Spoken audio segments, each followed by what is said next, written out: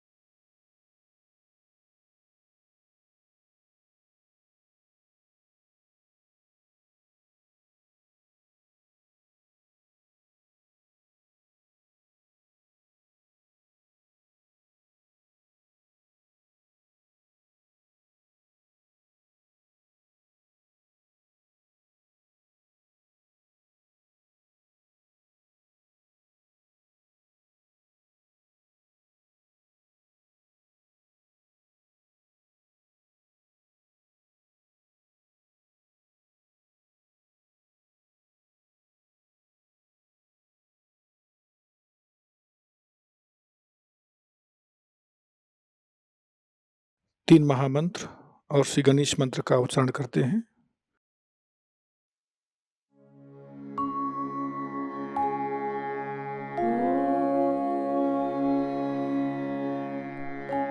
त्वमेव साक्षात् श्री महालक्ष्मी महासरस्वती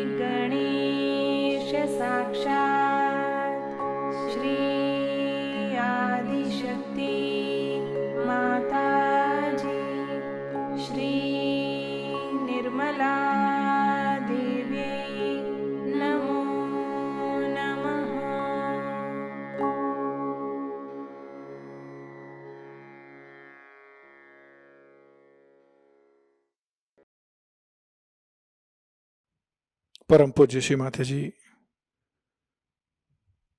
कृपया हमें पूर्ण संतुलन प्रदान कीजिए, हमें वर्तमान में स्थित कीजिए माँ।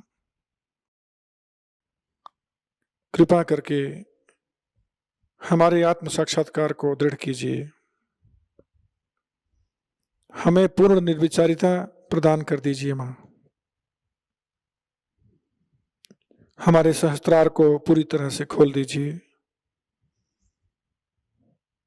और हमें आज के ध्यान में उतारिए। कुछ क्षण इसी ध्यान की अवस्था में बने रहेंगे।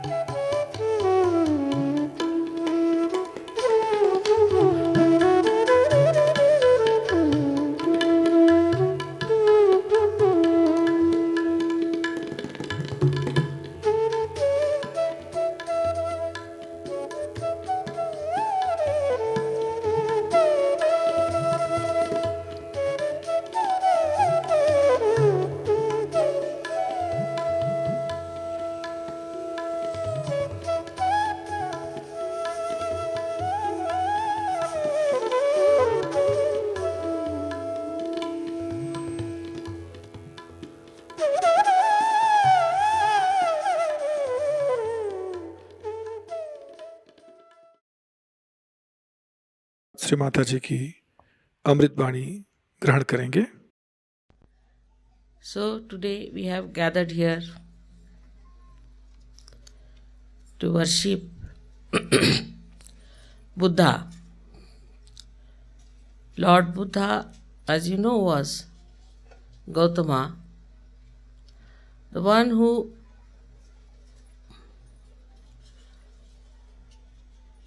was born in a royal family.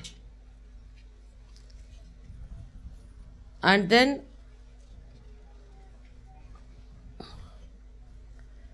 he became an ascetic because he was very much hurt to see three types of problems from which human beings suffer. And he came to conclusion all these three types of problems are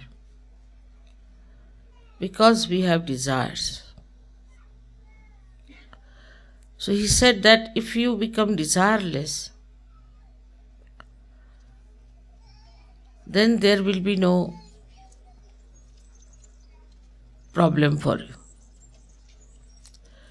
So he studied Vedas, he studied Upanishads, he studied all kinds of things. He went to many saints and many people. He could not get his realization. Actually, he was an incarnation. The incarnation also has to reach a point of realization in a different way. Like the whole potential has to open out. But the incarnation has tremendous potential. And that expresses itself once the door is open outward.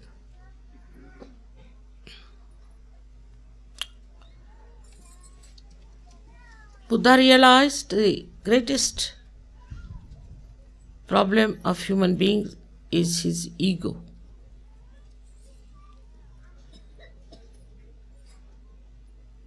In his ego, he goes to the extremes, from one end to another.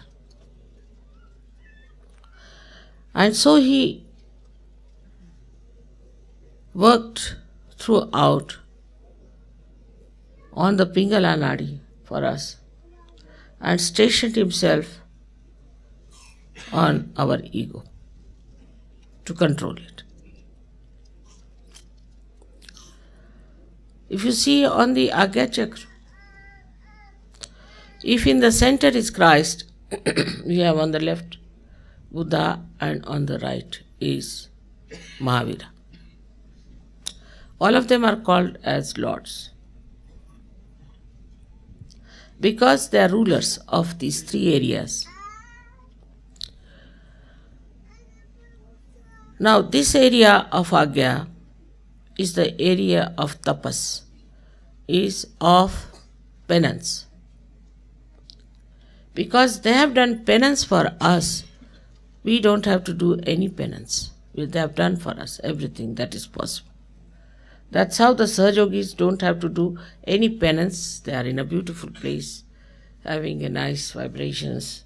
They don't have to go in the jungles, run away from the society and hide themselves in a place where there could be scorpions, could be snakes, could be tigers, could be any danger to life.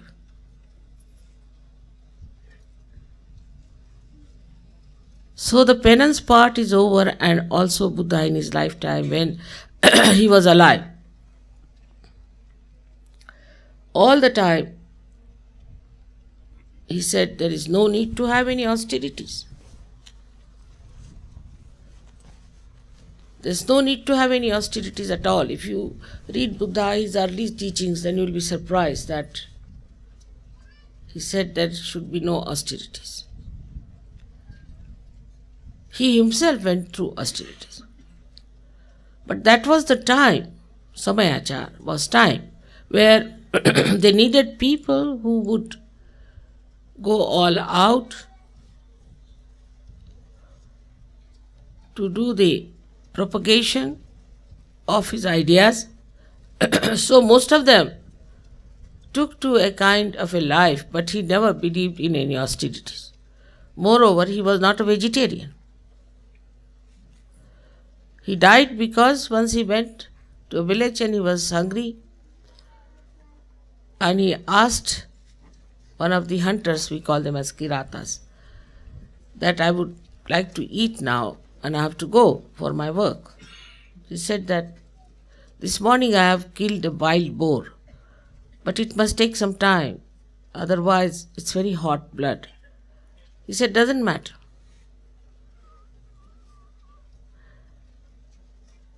Very significant, right side, to take the red meat of a wild boar without getting it cooled down. He ate it and he died with that. Everything that they do has a meaning. As we find meaning in the life of Christ, we find in the meaning of Buddha also. That is the reason why the Buddhists became vegetarians. Because Buddha died eating that hot meat, they became vegetarians. But that doesn't mean that everybody has to become vegetarian. Those who have ego, is better they are vegetarians. Right side people are better with the vegetarian food, more, and the left side more with the protein. That we know very well.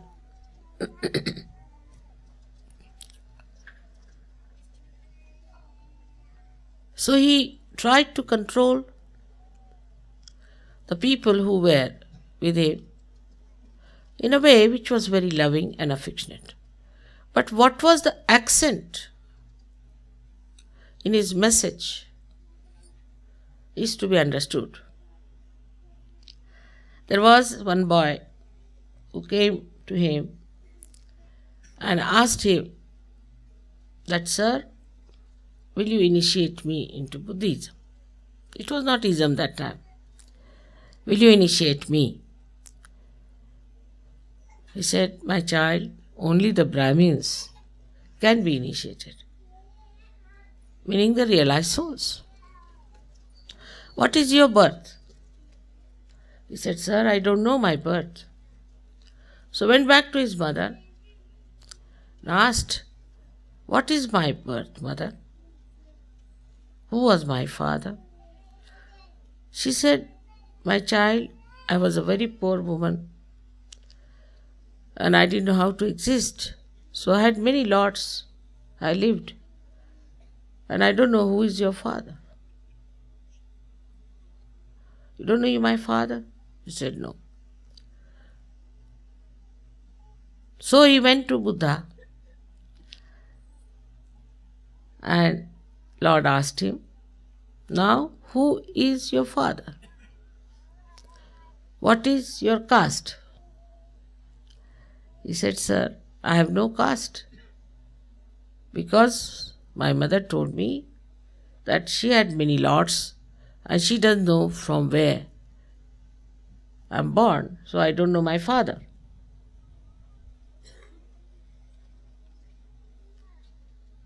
So Buddha embraced him. He said, "You are the Brahmin because you have told the truth." So the essence of his life is truth. First, we have to be honest to ourselves. And I find some people find it very difficult to be honest to themselves. They know how to escape the truth. They know how to manage. To get out of it, they'll give some argument or they'll give some explanations. Whom are you giving explanation to? Yourself only. Your spirit is residing within you, which is enlightened in your attention. And now, whom are you explaining? To your own spirit.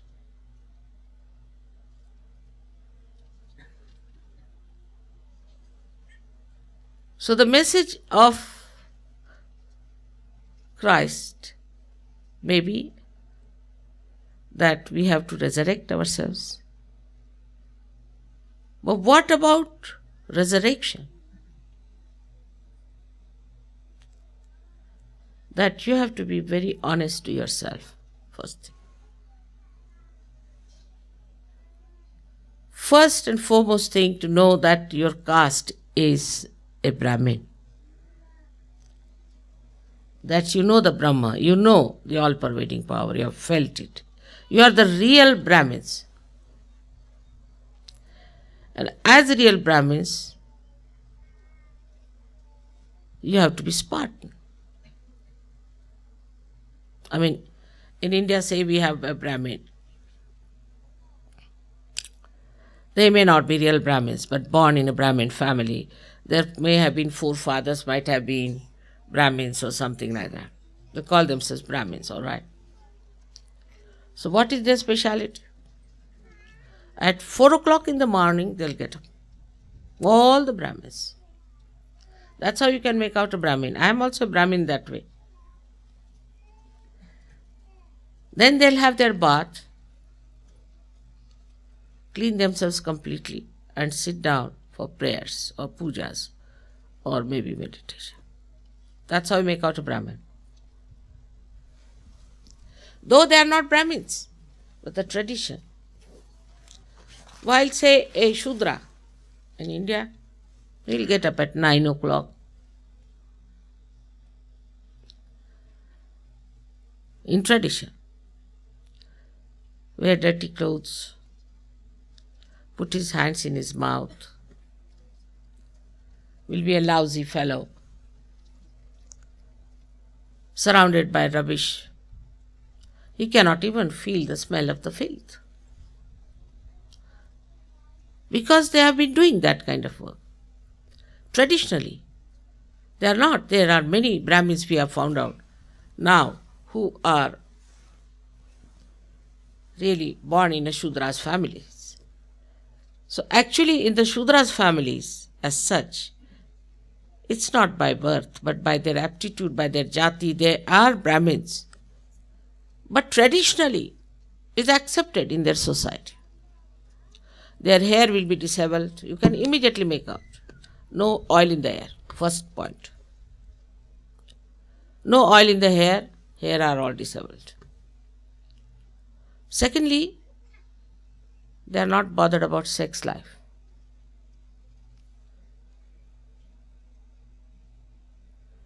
And amounting to the Rakshasas. It's only the Rakshasas who get interested in women, look at women and all that. Actually, according to Puranas, I'm sorry to say, is a quality of Rakshasas. Because when there was the churning, the Manthana took place. And Amruta came out of, the ambrosia came out of the sea. Then Shri Vishnu knew the weakness of the Rakshasas.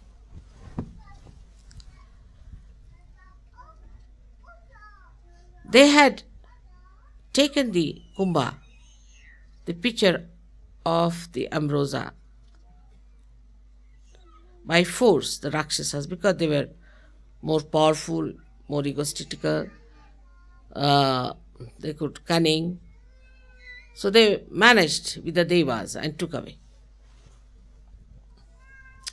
And they were about to drink it. So Shri Vishnu knew that weakness of Rakshasas. So he dressed up like a lady, Mohini. Called himself Mohini. Mohini means the one which attracts you by your dress, figure, all this kind of nonsense.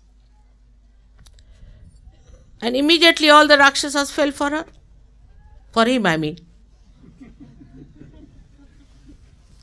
Immediately, I mean, you could make out between the Devas and the Rakshasas.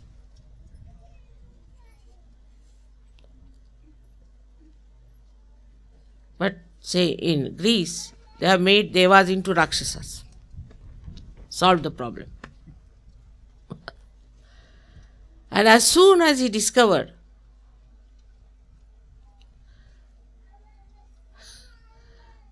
that one of them had taken something, it said so in mythology, he went and giggled. And being a Rakshasa, he liked a lady giggled at him and then tried to tickle. Rakshasa, very proud, a beautiful woman coming and tickling me. Oh.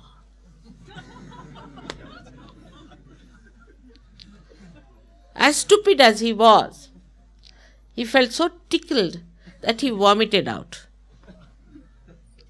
And they say that garlic was born out of that ambrosia. Said so. mythologically. So when I see people in Sahajayoga not being honest to themselves, the first thing they must know, ego, is a very, very cunning stuff. But also it makes you a slave of another ego. See now, for example, a lady would go to these beauty shops, dress up herself, wear these, do all that, I don't know what they do, but they come out of it after 3-4 hours. And look the same to me. I don't know how much money they empty out. But it's something surprising that the hair is cut this time in a different way. So you ask, why did you cut it this way now? That's the fashion. That means you don't have your own ideas. You don't have your own concept. Whatever is the fashion, you just do it. You don't understand also that this is good for you or not. So the ego gets dominated. Supposing there is an entrepreneur, say, very clever and cunning, more than anybody else, supposing. There are many like that, of course. Now he says that you can put a jam tin on your head and tie up your hair like this, and you look very fine. And he puts up lots of advertisement. All his jam tins can be sold. Without thinking they will use jam tins. Means you have no personality of your own. What's the ego? Ego should give you a personality, a character, a temperament. And when you see them, you can't make them out like Sikh people, as you cannot make out one Sikh from another because they all wear beard and moustaches. You can't make out ladies from one to another because everybody has the same hairstyle, the same style of clothes, everything the same, because it's a fashion. Who has started the fashion? Some very cunning fellow wants to make money. In India we get a kind of a, call it tokni, is a kind of a basket, a small little basket. And suddenly disappeared from the market. We didn't know where it has gone. It's impossible. What can you do with it? It's a very simple thing. It was all in America. Why? The women are using them for their hair. I said, how? What do they do with their hair? No. See, nowadays they don't put any oil in their head. So they have all become bald. You will become bald, no doubt. If you don't put oil, I'm telling you now, you will become bald. So we are austere people, we can't put oil, But then we become bald automatically. You can join any Buddhist organization nicely. You don't have to shave.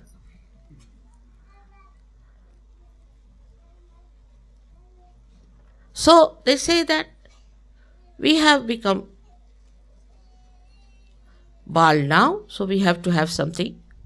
So they put those baskets, and on top of that they put what you call them wigs. Wonderful. But why?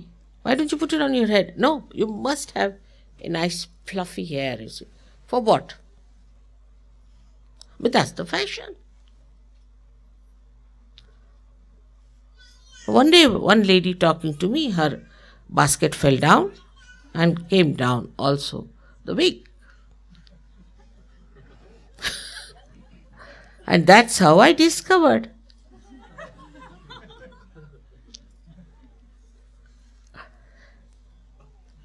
So what is this is to understand that if you have your ego really in the real way, you should have your own personality, your character, your understanding, your speciality, your temperament. That's not there.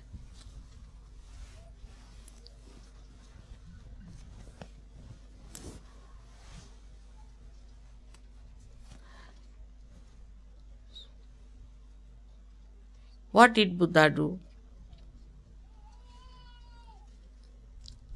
He said, get rid of everything, your hair, even your eyelashes, anything that can be shaved off, hands, feet, everything shaved off.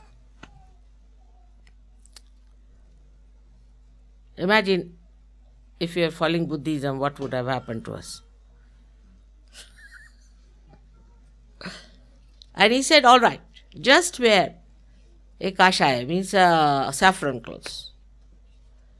Come with the saffron clothes, with everything shaved. And the ladies could wear only 2 dresses. One on the blouse and one a sari. That's all. No petticoats, nothing. Whether you are a queen or whether you are a sweepress. All of them should look alike. So no fashion anymore.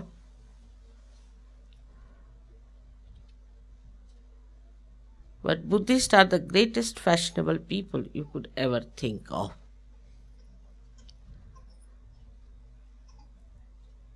If you go to Japan, you'll go mad if you see their fashions.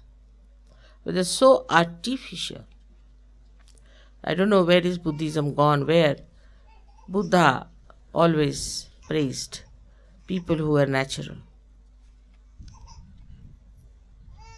All Buddhism is lost like this into a kind of a wilderness.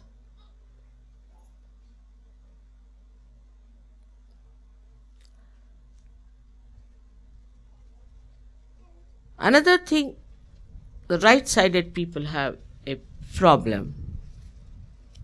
Because if you become too right-sided, you neglect the left side, neglect your Muladhara, because, you see, what's wrong? What's wrong? Till you get AIDS, nothing was wrong. Now, something is wrong. Till you get cancer, what's wrong in smoking? What's wrong? I mean, they advertise, even in India, that you look really great if you have a cigar in your hand or a cigarette in your hand. You look like a chimney, but all right. So they pamper your ego by telling you all these things and you start doing it. And in that doing, you just forget that you are a stupid fool.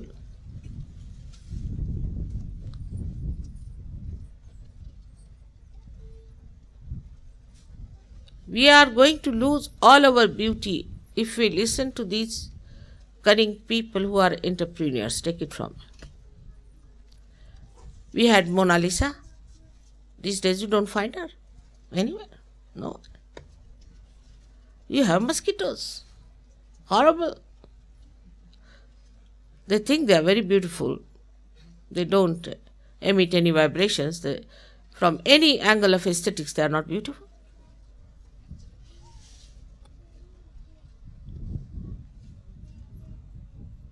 And by the time they are 40 years, they look at least 80. So, what has happened is that we are playing into the hands of our ego and our Muladhara is lost.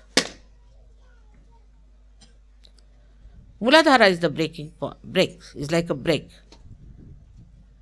The right side is the accelerator and the left is the Muladhara, which is the brake. What's wrong?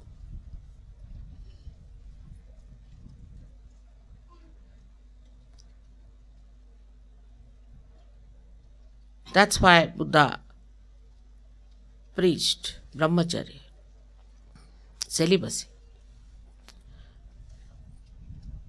Because if you go too much to the right side, now there are many complications. I can hear them for many people that those who are overactive can't produce children. First, what's wrong?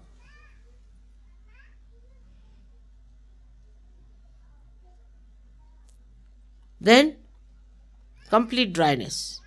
They cannot have children. And if they have children by chance, may turn out to be Rakshasas only. So too much asceticism can take you too much to the right. That's why Buddha said no asceticism is needed. He said it, though he had people around him whom he looked after, saw to it that they were celibate people, and he is the one who gave them balance and managed them. So once you start going on the right side, you end up automatically like a cabbage. Automatic. You cannot produce children. You cannot live long. Like taking cocaine, you can say.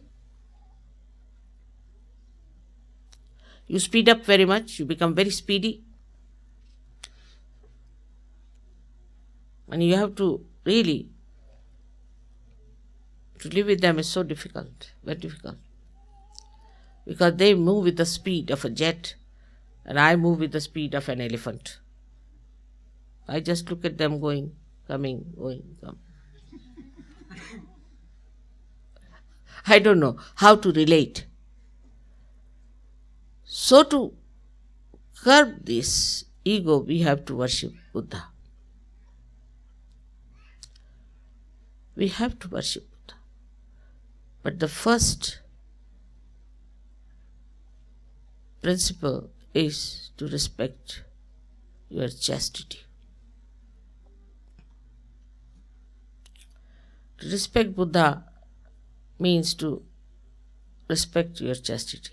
You don't have to give up your wife as you have given, unless and until they are horrid. Don't have to give up your husbands.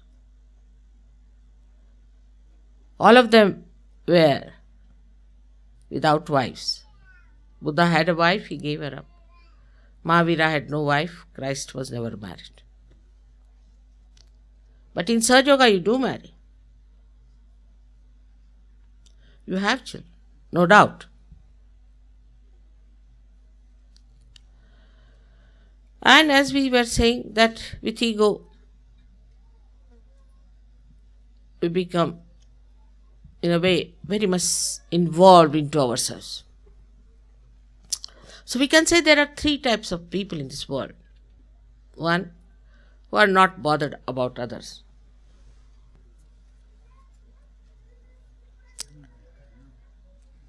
So the first message of Buddha is honesty to yourself.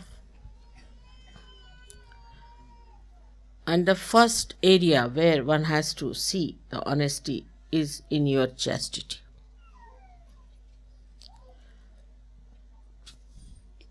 You can marry, you can have a wife, you can have a husband, you can have children.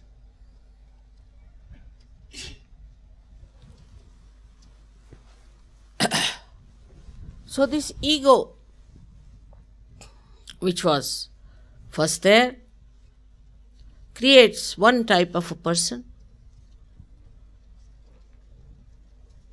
The person who is just involved into himself. His ambition, his projects, his jobs, his wife, at the most, or his children, his house, his car, maybe his horse, maybe his dog. At the most, if he could extend. Otherwise, if you tell such a person, I'm rather, say, worried about someone, that person will tell me, see, you have done your duty. Now, if that person doesn't want to do it, why should you worry? You should be happy. But how can I be happy? I'm not your type. And such a person also will say that this is my house.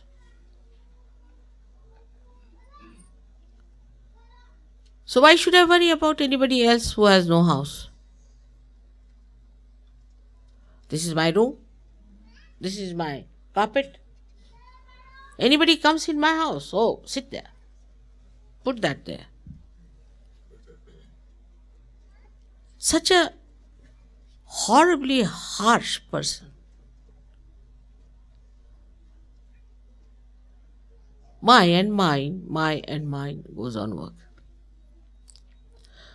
And this ego then spreads more and more and more and more.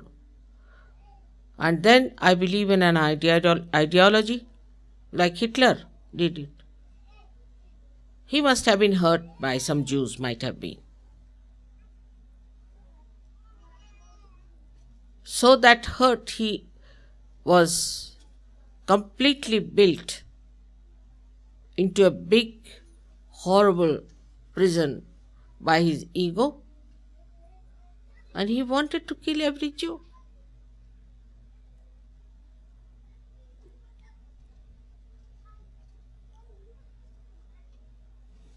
So this kind of a person that is so involved into himself.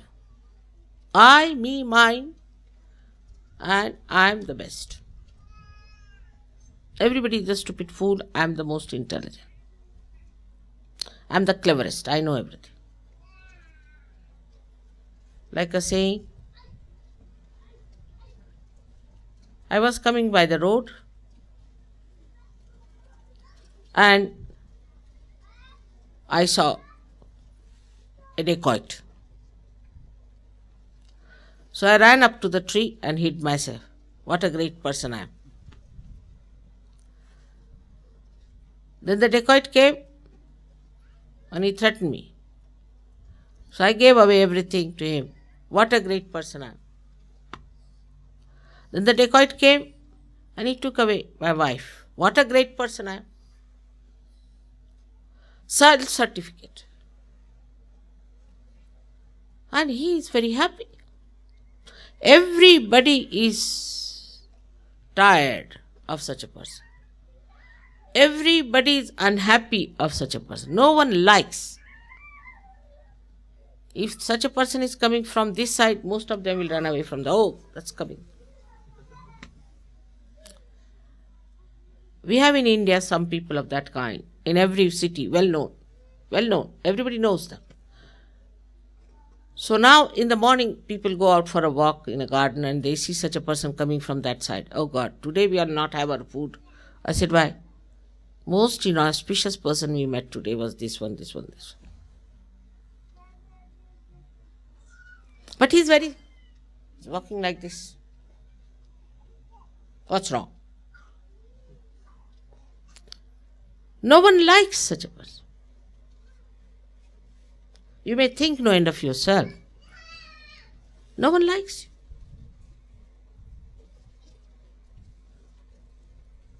Countries after countries there have been people. Such a collective nonsense it is.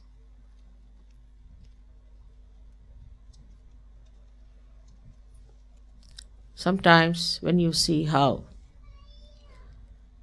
so many people were killed in America by the same Spanish people who are today Sahajogis. Can't believe that you are the children of the same Spanish. I mean, you are so different, so beautiful.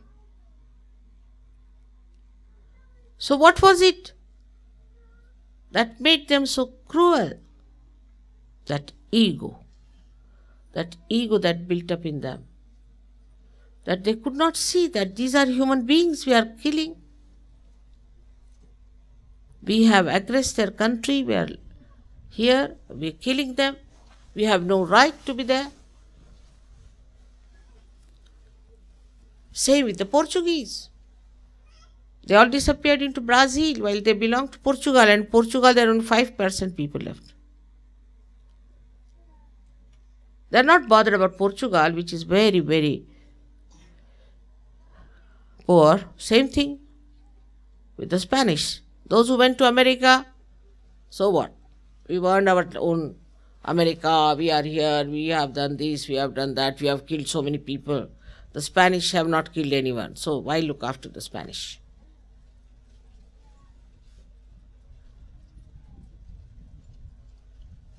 And this is how their ego brought forth such a destruction. When I went to Colombia first time, I don't know, one gentleman knew about me. He asked me, "Mother, are you the one who is known to be a spiritual leader?" I said, "Yes, I am." "So what?" He met me in a party. I was surprised he called me mother. So he said, "Can you bless our country with something that we can outwit these Americans? Let there be something from the nature. We have got wheat, we produce wheat here, and these people want to buy it at such a low price that we can't even maintain our families. It is so low price that we cannot really economically do it. We starve ourselves and sell this wheat to them." So now, in Colombia, that shanty town of Colombia, Bogota, now has become the most developed one. They all travel by first class. And Americans are taking cocaine and washing their feet.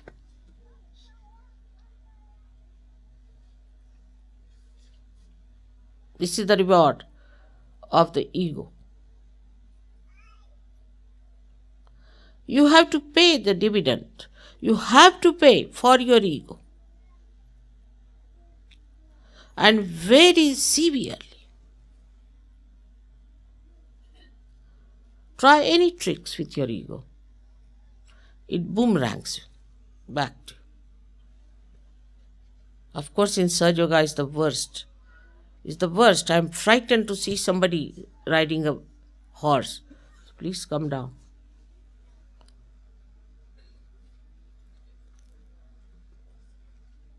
I must also mention another type of people that there are who are left-sided. They are always complaining. I've got a headache, I've got a pain here, I've got a pain there, I've got this. All kinds of diseases they will have. Like I read a book of Jerome that one fellow read. I hope you people are not in a hurry.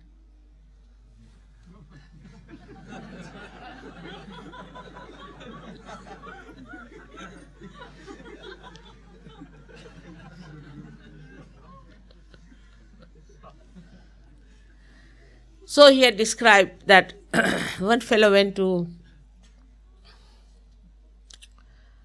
a doctor, and he said, "Sir, I have all the diseases that are described in Materia Medica, except for one, that is the housewife's knee." He said, "How is it you don't have that?" He said, "Because I am not a housewife." She said, "How did you get all these diseases and how do you know?" He said, "Because I read Materia Medica and I found all these diseases are with me." She said, "All right, I'll give you medicine, but just now you don't take it. You have to go out from here about 5 miles and there you can take it." So he took the medicine, one in a piece of paper. He went there and he opened it one after another. And he found no medicine. But the last paper was there. On that it was written, "You stupid fool, don't read Materia Medica. Nothing is wrong with you."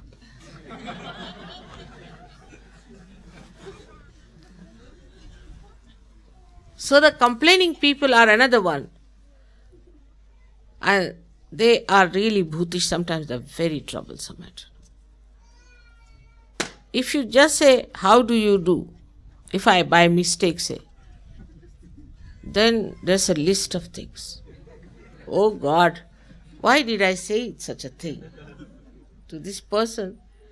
This list of things, one after another. This happened this morning, this happened, evening, this happened, that happened. Everything happens to them. And the food was so bad, and they treated me so badly, and the Sahajogis were so bad, and they didn't take me there, and they troubled me so much, and I was left alone, nobody bothered about me. And they are very cruel to me, and this leader is very harsh to me, he doesn't treat me well, and this, please remove this leader, and he did this and did. What did he do? He didn't allow me to take water. Why? Why will he not allow you to take water? Something stupid like that, they'll tell you. Sometimes I feel, where are those great saints lost?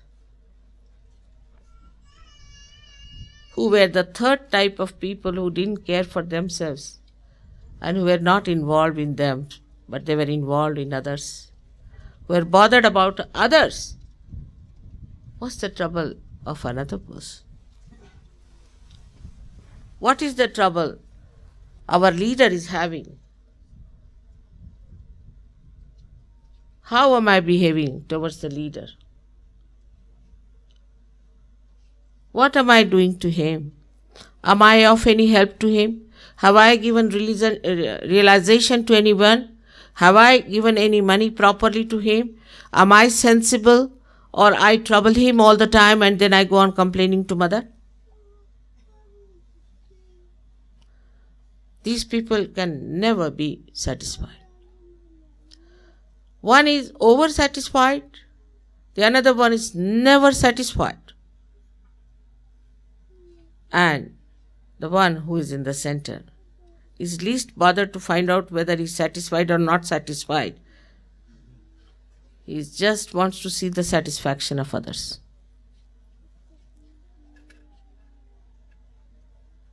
And that is what is to be seen in Buddha's life. How he was and how he respected. So the people who today are worshipping Buddha should know that his message of truth,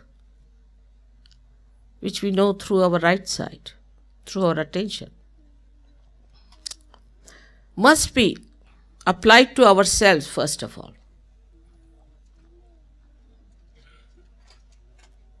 People will tell me, Mother, his vibrations are not all right. This house has no good vibration. That has no good vibrations. And the fellow himself is shaking before me, like this.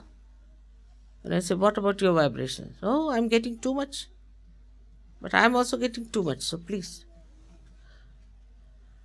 The problem with Sahajogis sometimes is that they don't know the importance of what they are. They are not aware. If their ego was correct, in that ahankara, ego, the essence of it is aham bhava, is that I am a Sahajogi. I am a Sahajogi. Now keep the point of honesty with it. Honestly, I am a Sahajogi and I am a follower of a religion which is a universal religion which is innately built myself. There's no hanky-panky about it. It is my experience and I believe in it fully. And it is innately within myself. This is the aham bhava. I don't know what is in the English language. It could be I-ness. I-ness. Then I am on this earth now. This life is for the work of God. And for that, I have to be a pure person. Because I belong to Vishwa Nirmal Dharma. I have to be pure. I have to achieve my purity through meditation, through every way, watching myself. I have to be a pure person. And if I am a Sahajayogi, if I am united with that all-pervading power of love, I should be the medium to give that love to others and compassion. I have no time for other things. Other things are of no value. My attention has to be pure. My life has to be pure. I say one thing, do another thing. I cheat myself morning till evening. Then I have no I-ness. I have no self-respect. If it is possible, why not manage something free? Say, if mother has a house, let's go and have some nice time there. After all, it's Nirmala house. So we can have something free. No self-respect. We let us save some money if possible, here and there. No self-respect.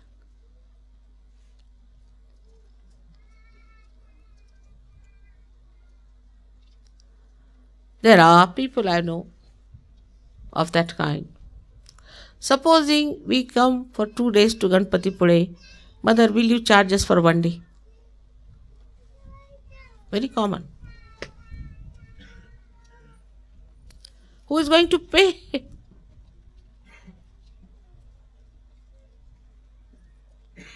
I have to pay. At least for my food, for my stay. I have to pay.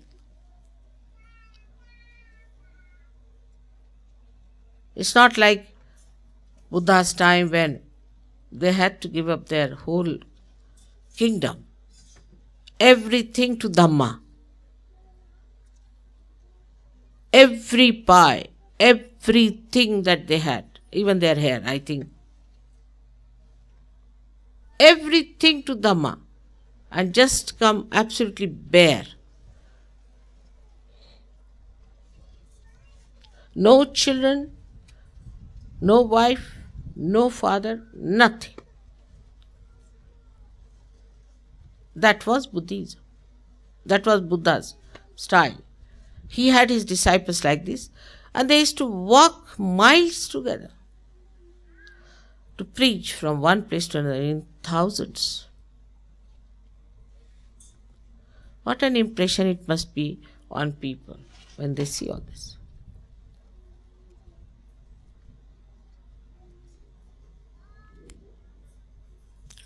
Today's puja is very important because I feel Western countries have gone off with their ego and they need Buddha very much. And they like also this so-called Buddhism very much because, you see, they can then just hide behind that camouflage. We are Buddhists, you see. They'll worry about Afghanistan and they'll worry about Lama, they'll worry about all other people because, you see, we are Buddhist. But there's no truth in it. No truth. Sahajogis have to establish that truth. That dedication. So, Buddha has said, Buddham Sharanam Gacchami. I bow to all those who are realized souls.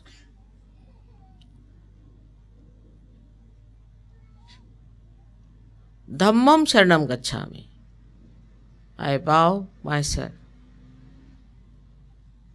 to my dharma, that is Vishwanirmala Dharma. And then lastly is Sangham Sharanam Gacchami. I bow to collectivity. In these three things he has solved the problems of all three types of people, if you see that. First is the Buddham, the one who is a realized soul. All the realized souls are to be respected, to be surrendered to. I find one Sahajayogi talking about another Sahajayogi in a very funny manner, for nothing at all, no respect. Buddham Sharanam Gacchami. I surrender myself to all the Buddhas. Now there are 8, I counted, but we have so many. All Buddhas sitting here. Those who have known, those who are Gnostics, who are Vidas, Vidvanas, are sitting before me. So I surrender myself to them, as he says, Buddham Sharanam Gacchami. You must respect every Sahajayogi, whether he is from the black race or a white race or a blue race, whether he is from Spain or from Italy or from India or from any other place, whether he is from Jew religion or from Islamic religion or any religion whatsoever, whether he is a legitimate child or illegitimate,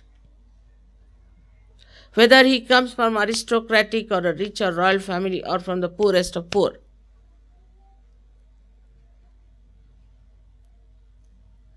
whether he has money or no money, whether he is unwell or he is all right.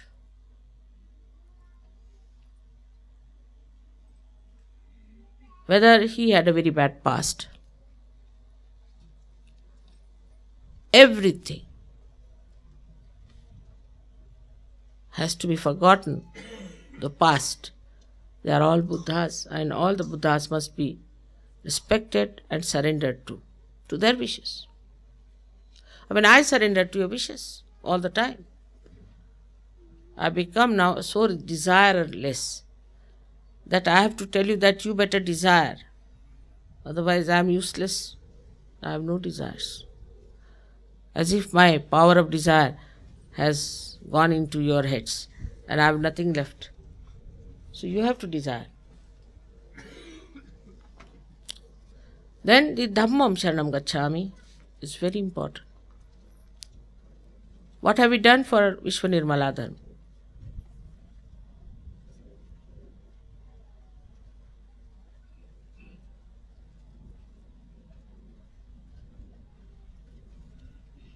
Whatever needed for the work of Vishwanirmala Dharma, whether it is money, whether it is your house, any possession, whether it is labor, any kind of labor,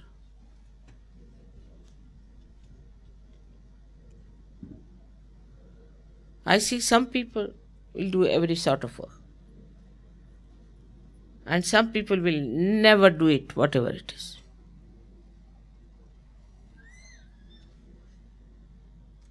So we should really have a rostrum. For example, one day all the leaders must sweep.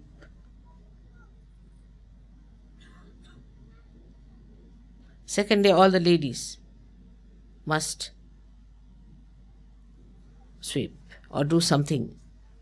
So that when you have full idea as to how to respect each other, also when you start doing something, then you really have respect.